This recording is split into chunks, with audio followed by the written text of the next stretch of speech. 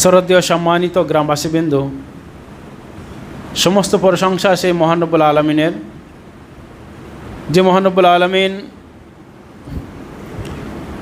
রমজানের পরে দ্বিতীয় জুম্মা আমরা উপস্থিত হয়েছি। যে মহান রব্বুল আলামিনের হাজারো শুকরিয়া, তিনি আমাদের দ্বারাই রমজান মাসকে পায়ে নিয়েছিলেন। রমজানের পরে আবার আমরা পুনরায় জুম্মার মসজিদে এসেছি পবিত্র কোরআন এবং সহিহ হাদিস শোনার জন্যে। যে মহান রব্বুল আলামিন তার করুণা, তার রহম, তার দয়া দিয়ে এখনও পর্যন্ত আমাদেরকে সুন্দরভাবে সুষ্ঠুভাবে ধর্ম পালন করার মতো সুযোগ দিয়েছেন, সব কিছু খাবার মতো এখনও সুযোগ করে রেখেছেন, সব জায়গায় ঘোরাফেরা ওঠা বসার মতো জায়গা এখনও তৈরি করে রেখেছেন। যে মহান রব্বুল আলামিন আমাদেরকে এখনও সুষ্ঠুভাবে বাঁচিয়ে রেখেছেন, সেই মহান রব্বুল আলামিনের সংক্ষিপ্ত প্রশংসা স্বরূপ আমরা সকলে একবার উচ্চস্বরে বলি আলহামদুলিল্লাহ। তারপরে পরে নবীদের সেরা নবী, সারা বিশ্বের নবী, আখেরি নবী, সেই বিশ্ববিখ্যাত মনীষী, যিনি আমাদেরকে ইহদিনাস সিরাতাল মুস্তাকিম, সঠিক রাস্তা যিনি দেখিয়ে দিয়ে গেছেন, সেই মহামানব হজরতে মুহাম্মদ বলুন সাল্লাল্লাহু আলাইহি সাল্লামের উপরে দরুদ ও সালাম ঝরে পড়ুক। আল্লাহুম্মা সাল্লি আলাইহি, আল্লাহুম্মা আমিন। আজ জুম্মার দিন আমি আপনাদের সম্মুখে পবিত্র কোরআনে দুই জায়গা থেকে দুটি আয়াত পড়েছি এবং একটা হাদিস পড়েছি। ইনশাআল্লাহ তাআলা সময়কে সামনে রেখে আমি আমার বক্তব্য শেষ করব। আমা তৌফিকে ইল্লা বিল্লাহ। দেখেন, বর্তমান সময় যেভাবে চলছে আমরা খুব বেশি ভালো জায়গায় নেই। মুসলিমদের আজকে সারা পৃথিবীতে যদি সংখ্যা হিসাব করা যায়, মুসলিম হচ্ছে দ্বিতীয় সংখ্যাগরিষ্ঠ। প্রথমে খ্রিস্টান, তারপরে মুসলিমরা।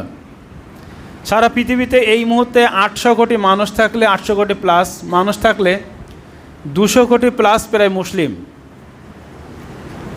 তাহলে পৃথিবীর জনসংখ্যা হিসাবে মুসলিমরা দ্বিতীয় স্থানে থাকছে। যদি দেশ হিসাব করা হয়, মুসলিমদের বেশি প্রায় 56 থেকে 57টা মুসলিম দেশ বলে দাবি করা হয় যে এই দেশগুলো মুসলিম দেশ। যেমন পাকিস্তান, আপনার বাংলাদেশ, এইভাবে সৌদি আরব, ইরাক, ইরান, কুয়েত, জর্ডান, এইভাবে যেগুলো আছে, মালয়েশিয়া, তিউনিসিয়া যা আছে, মোটামুটি 57টা দেশ। তাহলে 206টা মতো মোটামুটি দেশ আছে, কম বেশি, ছোটোখাটো 2-1টা অন্য অন্য দেশ করা হয়, গণ্য করা হয়। তো 206টা দেশের মধ্যে 57টা প্রায় মুসলিম দেশ। 800 কোটি মানুষের মধ্যে সারা পৃথিবীতে 200 কোটি মানুষ প্রায় মুসলিম। তারপরও মুসলিমদের আজকের এই হাল হকিকত কেন? এর কারণটা কি? আর আমাদের হয়েছে কি, আমরা সেই উদাহরণটা বারবার মনে পড়ে যায়, ওই ছাগলের মতো যে ছাগলকে এখনও পর্যন্ত কাঁঠালে পাতা আর কলার পাতা খাইয়ে তাদেরকে পাশে রাখা হয়েছে। ঈদগাহে সম্ভবত বলেছিলাম মনে হয়, সেই একটা ছাগলকে জবাই করা মানে পিস করা হচ্ছে, আর একটা ছাগলকে সেলা হচ্ছে, আরও 4টে ছাগল বাঁধা আছে, তাদের সামনে কাঁঠালের পাতা রাখা আছে, কলার পাতা রাখা আছে, এরা নিশ্চিন্তায় খেয়ে যাচ্ছে। ওরা দেখছে না যে আমার ভাইকে জবাই করা হয়েছে, আর একটা ভাইকে পিস করা হচ্ছে, তারা ভাবে না। তো মুসলিমদের অবস্থা আজকে অনেকটা ওই রকম, কাউকে পিস করা হচ্ছে, কাউকে ঝুলিয়ে এইভাবে টাঙিয়ে ছাড়ানো হচ্ছে। আর আমরা এখনও কেউ নির্দ্বিধায় একদম দুনিয়া রঙ্গমঞ্চে দাঁড়িয়ে ঠিক যেভাবে ছাগল কাঁঠালে পাতা আর খেয়ে যাচ্ছে, আমরা এরকম পৃথিবীর টানে আমরা সব কিছু করে যাচ্ছি। একটা জিনিস মাথায় রাখতে হবে, যার পিস করা হচ্ছে ওর আগে জবাই করা, তার আগে কিন্তু ভালো ছিল। তাহলে একে ভাবতে হবে যারা ভালো আছে যে আমাকে এইভাবে টাঙানো হবে, এরপর আমাকেও পিস করা হবে। একটা হাদিস মনে পড়ে যায়, আল্লাহ রাসূল সাল্লাল্লাহু আলাইহি সাল্লাম এখান থেকে 1450 বছর একটা হাদিস বলেছিলেন। আজকের বর্তমান সময়ে সেই হাদিসটা একদম সময়ের সঙ্গে পুরো সাংঘর্ষিক, সময়ের সঙ্গে এত সুন্দরভাবে মিলে যাচ্ছে, আশ্চর্য হয়ে যাবেন। এখান থেকে 1450 বছর, এই ঘুমাচ্ছে কে 1450 বছর, এখান থেকে 1450 বছর আগে রাসূল আকরাম সাল্লাল্লাহু আলাইহি সাল্লাম বলে গেছেন। আর আজকের যদি হাদিসটা পুঙ্খানুপুঙ্খভাবে বিশ্লেষণ করা যায়, তাহলে দেখা যাবে একদম পুরো মিলে যাচ্ছে। মুসলিমদের বিরুদ্ধে অন্য সব জাতি তারা এক হয়ে দাঁড়িয়েছে।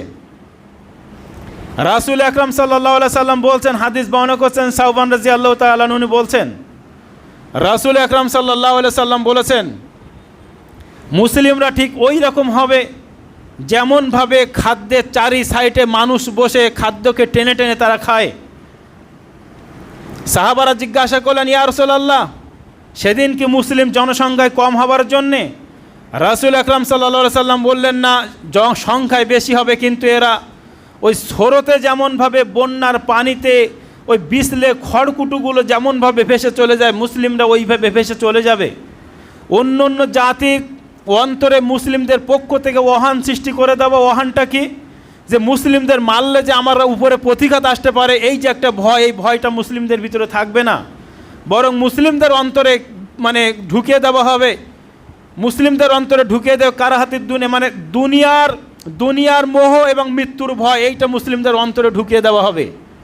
হাদিস বুঝতে পারেননি, আবার একটু ছাড়িয়ে বলে দিই। রাসূল আকরাম সাল্লাল্লাহু আলাইহি সাল্লাম বলছেন, ও আমার সাহাবা, এমন একটা দিন আসবে যেমন মানুষেরা খাদ্য মাঝখানে রেখে চারি ধার থেকে এইভাবে টেনে টেনে খাদ্যগুলো খায়। আমাদের এখানে হয় না, দেখবেন মুসলিম কান্ট্রিতে এবং মেটাবুর্জে আমি দেখেছি, বড় খাঞ্জার তলায় ভাত দেওয়া হয় মাঝখানে, তার চারি সাইডে 6 থেকে 7 জন কিংবা 5 জন বসে ওই মাঝখানের ভাত সবজি টেনে টেনে টেনে টেনে খাওয়া হয়। ওখান থেকে একজন উঠে গেলে আবার একজন বসে আবার ওখানে খাদ্য দেওয়া, আবার এইভাবে টেনে টেনে টেনে খাওয়া হয়। তো খাদ্যকে চারি সাইড থেকে টেনে টেনে যেমনভাবে খাওয়া হয়, মুসলিমরা এমনভাবে থাকবে মানে চারি দিক থেকে অন্য অন্য জাতি মুসলিমদেরকে খাদ্যর মতো টেনে টেনে খাবে, মানে ছিঁড়ে ফেলবে, তাদেরকে হত্যা করে দেবে। সাহাবারা জিজ্ঞাসা করলেন, ইয়া রাসূলুল্লাহ, সংখ্যায় কম হবে? রাসূল বললেন, না, মিলিয়ে নেন, সংখ্যায় কম হয়নি। সারা পৃথিবীতে 200 কোটির ওপরে মুসলিম, 57টা দেশ মুসলিম, সংখ্যায় কম নয়। রাসূল বলেছেন সংখ্যায় কম হবে না। তখন তো শুধুমাত্র আরবে কিছুটা মুসলিম ছিল, তারপরে সেখান থেকে ভবিষ্যৎবাণী উঠে আসছে যে সংখ্যায় কম হবে না। কিন্তু এরা কেমন হবে? রাসূল আকরাম সাল্লাল্লাহু আলাইহি ওয়াসাল্লাম বললেন, যেমন এই 2000 সালে বন্যা হয়েছিল, বন্যা হওয়ার পরে ওই যে খড়কুটোগুলো দেখা যাচ্ছে পানিতে, খড়কুটোগুলো স্রোতের সঙ্গে যেমনভাবে ভেসে গিয়েছিল, ওদের থামানোর মতো কোনো লোক ছিল না, থামানোর মতো কোনো জায়গা ছিল না। একইভাবে মুসলিমরা এরকম খড়কুটোর মতো উড়ে যাবে। শেষে আল্লাহ রাসূল সাল্লাল্লাহু আলাইহি ওয়াসাল্লাম বললেন, এর কারণ হচ্ছে একটাই, মুসলিমরা মৃত্যুকে ভয় করবে এবং দুনিয়াকে তারা বেশি বেশি ভালোবাসবে। মুসলিমরা মৃত্যুকে ভয় করবে এবং কি হবে? দুনিয়ার প্রতি এদের ভালোবাসা বেড়ে যাবে। দুনিয়ার প্রতি ভালোবাসা বাড়েনি, মৃত্যুকে আমরা ভয় করি না। বর্তমান সময় যেটা চলছে, এখান থেকে বেশ কিছুদিন আগে আমাদের ভারতবর্ষে একটা আইন পাশ হয়েছিল, কৃষি বিল। আপনারা সকলেই জানেন, অবগত আছেন। কৃষি বিল যেটা পাশ হয়েছিল, সেখানে সবচেয়ে বেশি সংঘাত করেছিল ওই শিখ পাঞ্জাবিরা। শিখ পাঞ্জাবিদের একতা দেখলে আমার মানে হিংসা বলবো না, মানে শ্রদ্ধা জাগে। শিখ পাঞ্জাবিদের মানে ওদের যে একতা, ওদের যে ইউনিটি। শিখ পাঞ্জাবিদের মধ্যে মানে কয়েকজন ক্রিকেট খেলে, যার মধ্যে যুবরাজ সিং আছে, হরভজন সিং আছে। আমি দেখেছি সারা ভারতবর্ষে কোনো পৃথিবীর কোনো এক জায়গায় যদি কোনো শিখ পাঞ্জাবি সামান্যতম কোনো আঘাতপ্রাপ্ত হয়, সামান্যতম যদি তাদের গায়ে কেউ আঘাত দেয়, তাহলে এই ক্রিকেটাররা পর্যন্ত এখান থেকে মুখ খোলে যে কেন তাকে এই করা হলো, তাকে কেন এই করা হলো। ক্রিকেটাররা পর্যন্ত, পাঞ্জাবির তো বলেই বলে, এই ক্রিকেটাররা পর্যন্ত এখানে মুখ খোলে, তার কারণ তাদের ইউনিটি। তাদের এই ভারতবর্ষে পার্সেন্টেজ কত?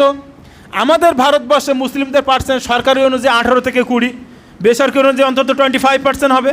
আর শিখদের ভারতবর্ষে পার্সেন্টেজ হচ্ছে 2%ও না, 2-এরও কিছু কম আছে। তাহলে 2% শিখ হয়ে সারা ভারতবর্ষে, এখান থেকে কিছুদিন আগে কেন্দ্রীয় সরকার যে কৃষি বিল এনেছিল, কৃষি বিলের বিরুদ্ধে মানে রুখে দাঁড়িয়ে দিল্লির রাজপথকে আটকে দিয়ে কৃষি বিল যেখানে মানে বিধান আপনার লোকসভায় পাস, রাষ্ট্রপতি সব কিছু পাস, তারপরও তাদের আন্দোলনের ফলে দিল্লির রাজপথ আটকে দিয়ে সেই কৃষি বিলকে সরকার প্রত্যাহার করতে বাধ্য হয়েছে। আর আজকের মুসলিমদের জন্য যেটা করা হয়েছে আমরা এখনও ভাবিনি। শিক্ষা দীক্ষায় আমরা কম আছি, আমরা অত জানি না। সকালে উঠছি, মাঠে যাচ্ছি, অন্য কাজ করছি, সন্ধ্যা হচ্ছে বাড়িতে ঘুমাচ্ছি, ব্যাস এইভাবে শেষ। এরপরে এমন একটা সময় আসছে, আপনার বাবা মরে গেলে এইভাবে রাস্তায় দাঁড়িয়ে থাকতে হবে, কবর দেওয়ার মতো আপনি জায়গা পাবেন না। আপনি ঈদের জন্য ঈদগায় চলে যাচ্ছেন নামাজ পড়তে, হঠাৎ করে দেখবেন ঈদগায় তালা পড়ে গেছে, কারণ সরকার জরুরি ভিত্তিতে সেখানে অন্য কিছু করতে চায়। আপনার ঈদের জন্য ওই বড় জায়গা ফেলে রাখা হবে না। আপনার যে প্রতিষ্ঠানগুলো চালাচ্ছেন সেখানে হঠাৎ করে সরকার বন্ধ করে দিতে পারে, প্রতিষ্ঠানগুলো আর চলবে না। মসজিদে এসে নামাজ পড়ছেন, হঠাৎ করে আইন হতে পারে। আজান হবে না, নামাজ এখানে হবে না, কারণ এটা সরকারি জায়গা। সরকারি জায়গায় একপক্ষভাবে কোনো মানুষ সেখানে দখল করতে পারে না। আমরা কি বুঝেছি, কোথায় আছি আমরা? 20 থেকে 25% মানে ভারতবর্ষের 4 জনে যদি একজন আমরা হয়ে থাকি, 4 জনে যদি একজন আমরা হয়ে থাকি, তাহলে আমাদের বিরুদ্ধে এত বড় বিল পাস হবে, এখনও কেন আমরা সোচ্চার নয়? আমরা এলাকার মানুষ, আমরা দেখেছি মানে যা কিছু হচ্ছে, বড় বড় আলেম ওলামা সারা ভারতবর্ষে আপনারা দেখবেন, সারা ভারতবর্ষে বিভিন্ন জায়গায়, বিভিন্ন টাউনে, বিভিন্ন শহরে জোর কদমে আন্দোলন চালাচ্ছে, মার খাচ্ছে, জীবন দিচ্ছে। জীবন না দিলে একটা সংগ্রামের মানে ঠিক জায়গা আসে না। এর জন্য হয়তো রক্তক্ষরণও হতে পারে, বিভিন্ন রকম কিছু হতে পারে। তবে আমাদের উচিত সংবিধান, ভারতীয় সংবিধান যেভাবে আমাদের পথ দেখিয়েছে, যেভাবে আন্দোলন করার মতো জায়গা দিয়ে, সেভাবে আমাদের আন্দোলন করতে হবে। তার কারণ 2% শিখ যদি কৃষি বিল রুখতে পারে, আমরা 25% কি 20% মানুষে কেন এত বড় একটা ওয়াক বিল বা ওয়াক আইন আমরা রুখতে পারবো না? যেটা বলতে চেয়েছি, পবিত্র কোরআন হাদিসের যেটা লক্ষ্য, যেটা মানে পরিভাষা, আল্লাহ রাসূল সাল্লাল্লাহু আলাইহি ওয়াসাল্লাম বললেন যে এদের মন থেকে মানে এদের মনে জাগিয়ে দেওয়া হবে কি মৃত্যুর ভয় এবং দুনিয়ার প্রতি ভালোবাসা। আর একটা জিনিস, সেটা কি যে এদের মারলে যে এর কোনো প্রতিঘাত আসতে পারে, এমনটা তাদের মন থেকে উঠিয়ে নেওয়া হবে। আর এটা একদম বাস্তব কথা। সারা বিশ্বের এত চেঁচিয়ে পারা যাচ্ছে, হ্যালো, সারা বিশ্বে দেখবেন অন্য অন্য জাতির এইরকম মনে হয়েছে যে মুসলিম এমন একটা গরু ছাগলের জাত বা মানে কি বলবো চৌপাইয়ের জাত, এদেরকে মারলে কোনো প্রতিবাদ হয় না, যার জন্যে মানে একদম মানে নিরঙ্কুশভাবে ফিলিস্তিনটাকে তারা শেষ করে দিয়েছে। আর এইটা আজকে সারা ভারত কোনো সব জায়গায় মনে করছে যে মুসলিমদের এইভাবে মারলেও এদের কোনো আর প্রতিবাদ করার মতো কোনো জায়গা নেই, লোক নেই। তার কারণ এই হাদিস আল্লাহ রাসূল সাল্লাল্লাহু আলাইহি ওয়াসাল্লাম বলছেন, অন্য জাতির মন থেকে এইটা উঠিয়ে নেওয়া হবে যে তোমাদের মারলে কিছু হতে পারে। আর সত্যিই তাই, আজকের এটাই হয়েছে। আজকের আমরা দেখেছি জয় শ্রীরামের নামে মানুষকে হত্যা করা হয়, গরুর গোশত বিক্রি করছে এর জন্য হত্যা করা হয়, ফ্রিজে মাংস রাখা হয়েছে সন্দেহ করে হত্যা করা হয়, একজন শুধুমাত্র নাম মুসলিম এই জন্য তাকে ট্রেন থেকে ফেলে দেওয়া হয়, মাথায় টুপি, মুখে দাড়ি, মানে গায়ে পাঞ্জাবি এই জন্য তাকে মারা হয়। আর ওরা জানে যে এদের মারলে এর কোনো প্রতিঘাত আসতে পারে, এটাই নেই, এটাই হয় না। আজকে দেখেছি যারা মানবাধিকার কমিশন, একটা কুকুর যদি কেউ মারে সেখানে মানবাধিকার কমিশন বলে এ মানুষের এই নেই সেই নেই। একটা আরও কোনো পশুর যদি কিছু হয় সেখানে অনেকগুলো প্রশ্ন উঠে আসে। আর পৃথিবীর সবচেয়ে শ্রেষ্ঠ জাতি মানুষ, মানুষকে তারা পিটিয়ে মারে, হত্যা করে মারে, জ্যান্ত মারে, ইট দিয়ে থেতলিয়ে মারে, তারপরও মানবাধিকার কমিশনগুলো মুখে কুল ফেটে দিয়ে বসে থাকে, এটা আশ্চর্য হয়ে যায়। আজকের যেটা হতে চলেছে, আল্লাহ রাসূল সাল্লাল্লাহু আলাইহি ওয়াসাল্লাম আল্লাহ রাব্বুল আলামিন পবিত্র কোরআনে একটা কথা বলছেন যে জহরাল ফাসাদু ফিল বাররি ওয়াল বাহরি বিমা কাসাবাত আইদিন নাস, জলে এবং স্থলে, পানিতে এবং ডাঙায় যে বিপর্যয় সৃষ্টি হয়েছে এটা অন্য কোনো কারণে হয়নি, এটা আমাদের হাতের কামাই। আমরা যেভাবে কর্ম করব, কর্মের ফল আল্লাহ উপর থেকে দেবেন। জামশেদ মজুমদার উনি কালকে একটা ভিডিও দেখছেন, উনি বলেছেন ফিলিস্তিন একদিন জয় হবে ইনশাআল্লাহ, সেটা হাদিসও বলছে তাই জয় হবে।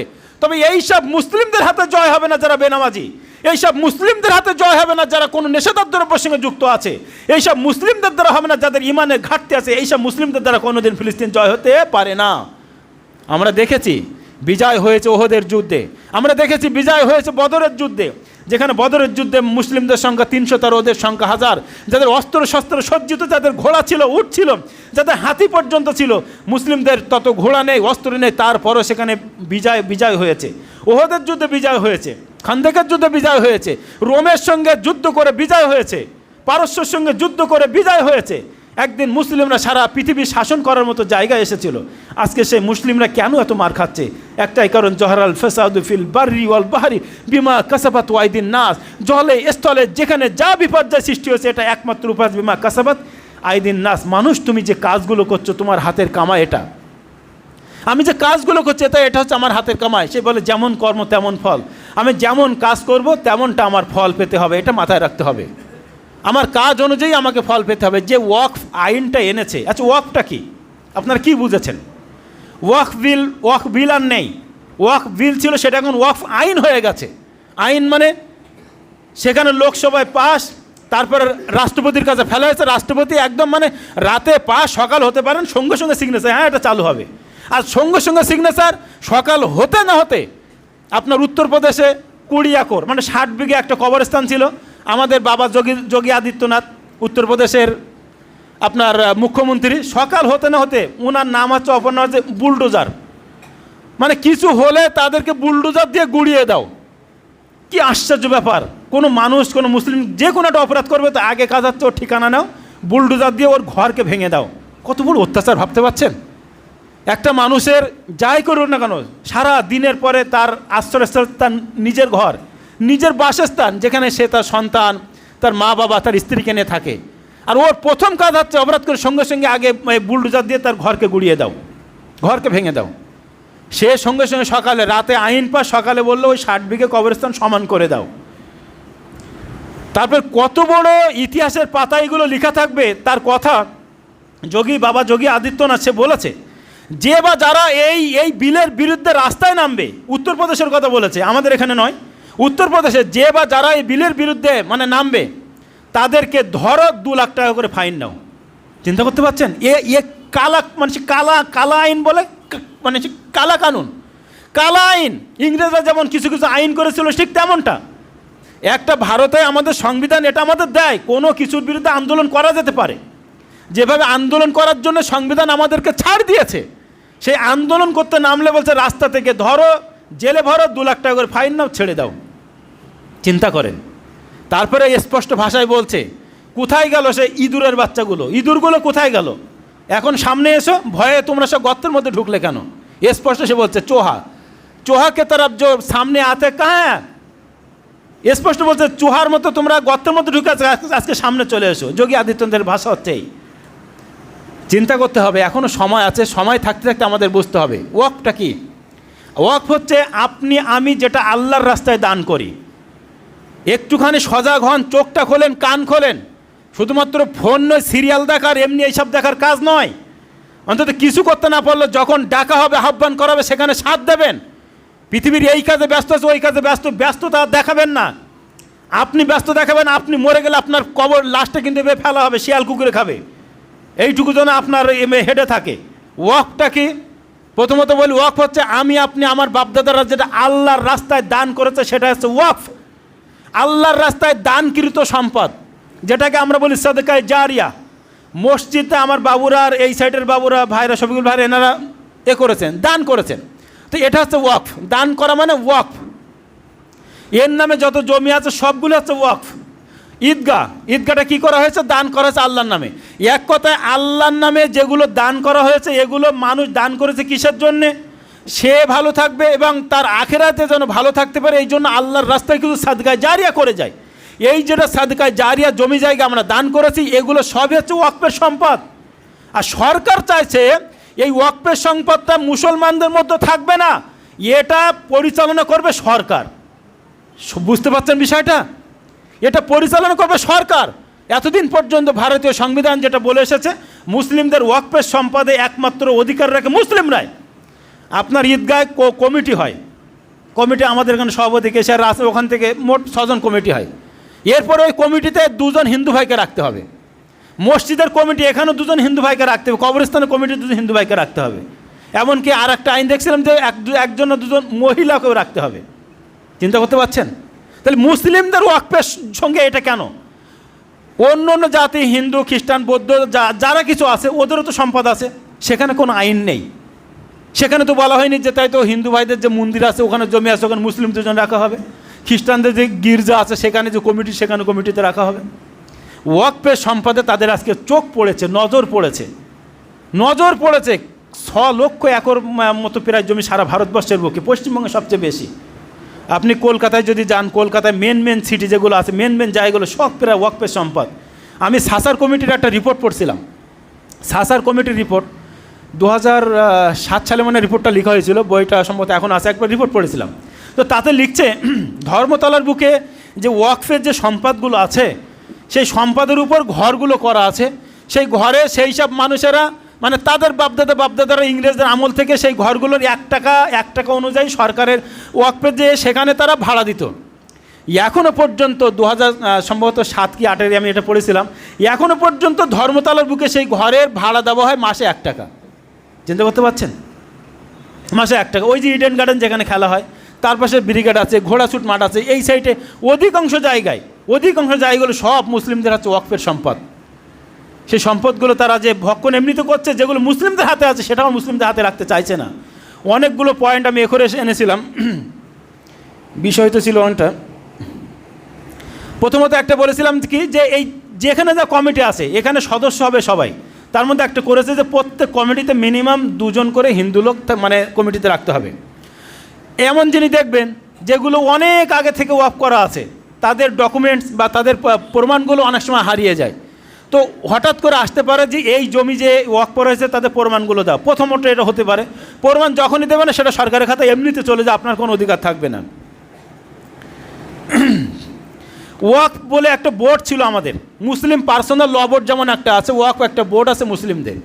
এই বোর্ড যেটা আমি একটু আগেই বলছিলাম, এই বোর্ড এই মুসলিমরা সব কিছু করতো। সেখান থেকে মুসলিমদের উন্নয়নের জন্য কিছু কাজ করা হতো। মুসলিম সংখ্যালঘু যারা ছেলে মেয়ে যাদেরকে ওই আপনার দেওয়া হতো, টাকা পয়সা, বিভিন্ন ইমাম, বিভিন্ন রকম যে মুসলিমদের পক্ষে যেগুলো খরচ করা হতো, এই খরচটা আর এই শুধুমাত্র মুসলিমদের জন্য হবে না, এটাও একটা ওর মধ্যে করা হয়েছে। তাহলে ওয়াকফের সম্পদ আমি কি বলেছি, যেটা শুধুমাত্র মুসলিমরা দান করেছে সাদকা জারিয়া হিসেবে, এটাকে ওয়াকফের সম্পদ বলা হচ্ছে। যাই হোক, ওয়াকফের যে সম্পদ আমরা দিয়েছি এর বিরুদ্ধে সামনের আপনার 19 তারিখ শনিবার, কালকে শনিবার তার পরের শনিবার বিথারি একটা সমাবেশ করতে চলেছি। বিথারি সমাবেশ, সেখানে আমরা কামরুজ্জামান সহ, ছোটন দাস সহ, সুকৃতি রঞ্জন দাস, বেশ কিছু মানুষকে আমরা আনতে চলেছি।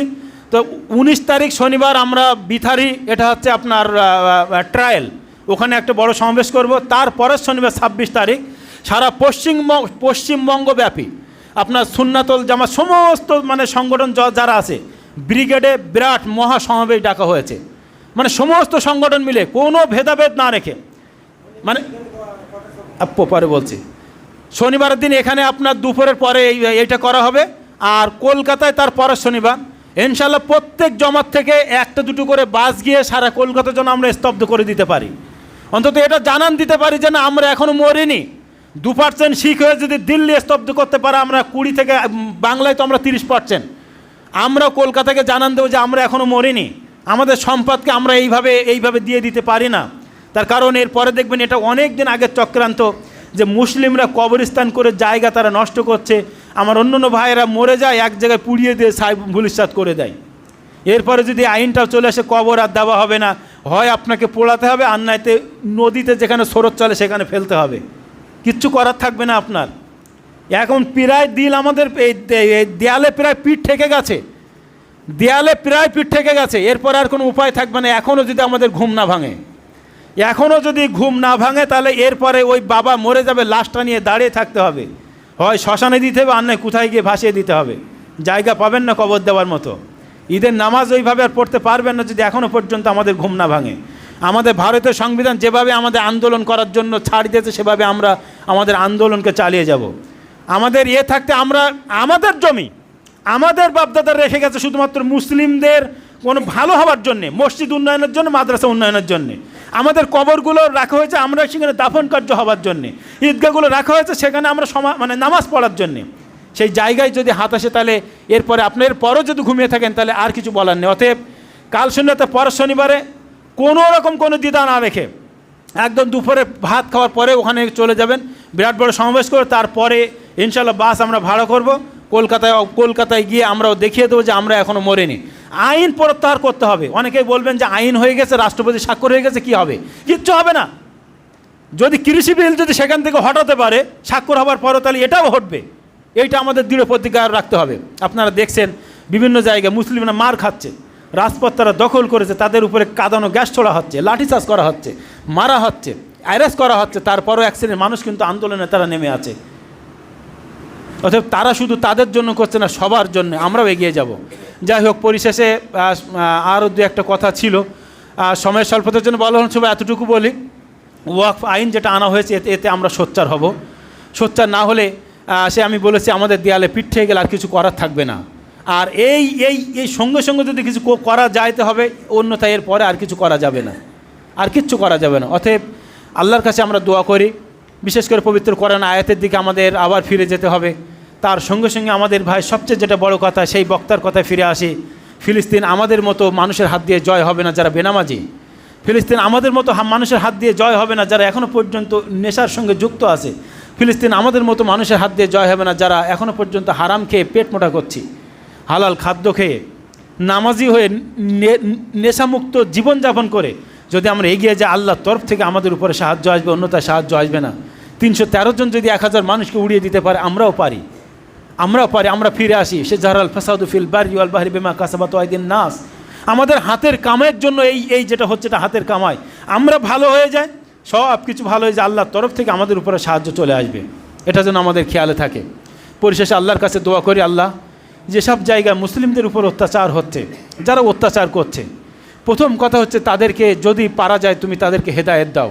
আর যদি হেদায়েত যদি তাদের কপালে না থাকে, তাহলে আজকে জুম্মায় দাঁড়িয়ে বলছি তাদেরকে তুমি সমূলে ধ্বংস করে দাও, বলুন আমিন। তারা দেখছে না তাদের ছোট ছোট বাচ্চাদেরকে, শিশুদেরকে। আল্লাহু আকবার। সেসব বাচ্চাদের দেখলে আপনার চোখের পানি রাখতে পারবেন না। তাদের খাওয়ার জন্যে যত দেখি ভিডিওগুলো, মন যেন কী বলবো, মন গলে যায়। তারা খাওয়ার জন্য আমরা এই ইফতার করে সাহারি করে পানি কত নষ্ট করছি। কিছু কিছু বাচ্চা ওই পানির গাড়ি এসেছে তাদের পানি দিতে, গাড়ি তার পানি নেই, যে ধারদের নল দিয়ে পানি দেওয়া হলে সেখান থেকে 1-2 টোপ করে পড়ছে। একটা বাচ্চা তার পানি নেই, সে ওখানে গিয়ে মুখ পেতেছে আর উপরে এইভাবে বাড়ি মারছে। যে ও জানে না, মনে করছে হয়তো এখান থেকে বাড়ি মারলে কিছু পানি যদি আবার পড়ে। পানি পর্যন্ত তাদের কাছে নেই। চিন্তা করতে পারছেন? পানি পর্যন্ত নেই। এই জন্য আমি প্রথমেই বলেছি যে আল্লাহ এখন আমাদের অনেক ভালো রেখেছেন, তবে জানি না এই ভালোটা কতদিন রাখবেন। তারা পানি খাবে, ছোট বাচ্চাগুলো পানি পর্যন্ত তাদের নেই। একটা ভিডিও দেখলাম, ঘরের মধ্যে সবাই চাপা পড়ে আছে, তাদের ঘরে কুকুর পোষা ছিল, তার ছোট বাচ্চাটা কুকুর এইভাবে ঠেলে মেলে নিয়ে বাচ্চাটাকে বাইরে নিয়ে আসছে। সেই বাচ্চাটার বাহির করার মতো কোনো লোক নেই, ছোট বাচ্চা শুয়ে আছে, তার বাড়ির কেউই নেই। অন্য একজন মানুষ তাকে হাসাচ্ছে, সে নির্বিঘ্নে হেসে যাচ্ছে। সে জানে না তার বাবা নেই, সে জানে না তার মা নেই, সে জানে না তার আরও বড় ভাই বা কেউ নেই, এটা সে জানে না। এইভাবে তাদের উপরে নির্যাতন চলছে। ইসলাম কখনো এইভাবে বলেনি। ইসলামেও যুদ্ধ করার কথা বলা হয়েছে। ইসলাম আল্লাহ রাসূল সাল্লাল্লাহু আলাইহি ওয়াসাল্লাম বলে দিতেন যে যখন তোমরা যুদ্ধ করবে, তোমাদের সামনে যদি বয়স্কা মানুষে তাদেরকে মেরো না, মহিলাদেরকে মেরো না, বাচ্চাদেরকে মেরো না, তোমাদের সমান যারা তাদেরকে তোমরা হত্যা করো। যুদ্ধের ময়দানে বাচ্চাদের, বৃদ্ধদের, মহিলাদের মাত্রা রাসূল নিষেধ করেছেন। তারা আজকে নির্বিঘ্নে মেরেই চলেছে। আল্লাহর কাছে আবার দোয়া করে যে আল্লাহ, আবারও বলি, তারা যদি হেদায়েত পাবার যোগ্য হয় তুমি তাদের হেদায়েত দাও, আর যদি হেদায়েত পাবার যোগ্য না হয় তাদেরকে তুমি সমূলে ধ্বংস করে দাও, বলুন আমিন। এ আল্লাহ, আমরা যারা আছি আমাদের ইমান এখনও পর্যন্ত টাটাপোটা ইমান, আমাদের ইমানের মধ্যে কোনো জোর নেই। তুমি আমাদের ইমানকে বৃদ্ধি করে দিয়ে যেন আমরা প্রকৃত মুমিন হয়ে মৃত্যুবরণ করতে পারি, সেই তৌফিক তুমি দাও, সকলে বলে আমিন। এ আল্লাহ, আমাদের মধ্যে অনেক মানুষ অসুস্থ আছে, বিশেষ করে আমার ডাক্তার বাবু বললেন যে ওনার পোতাও খুব অসুস্থ আছে। এইভাবে পোতা থেকে শুরু করে আমাদের মধ্যে যারাই আমরা অসুস্থ আছি, এ আল্লাহ আমাদের অসুস্থতা কাটিয়ে তুমি আমাদের সুস্থ করে দাও, বলুন আমিন। এ আল্লাহ, আমরা যতটুকু ইবাদত করছি ইবাদতের মধ্যে অনেক ভুল আছে, ভুলগুলোকে তুমি না ধরে আমাদের ইবাদতগুলোকে তুমি তোমার দরবারে কবুল করে না, বলুন আমিন। বারাকাল্লাহু ফিনা ওয়া জাওয়াদুন কারিমুম মালিকুম বারউফুর রহিম।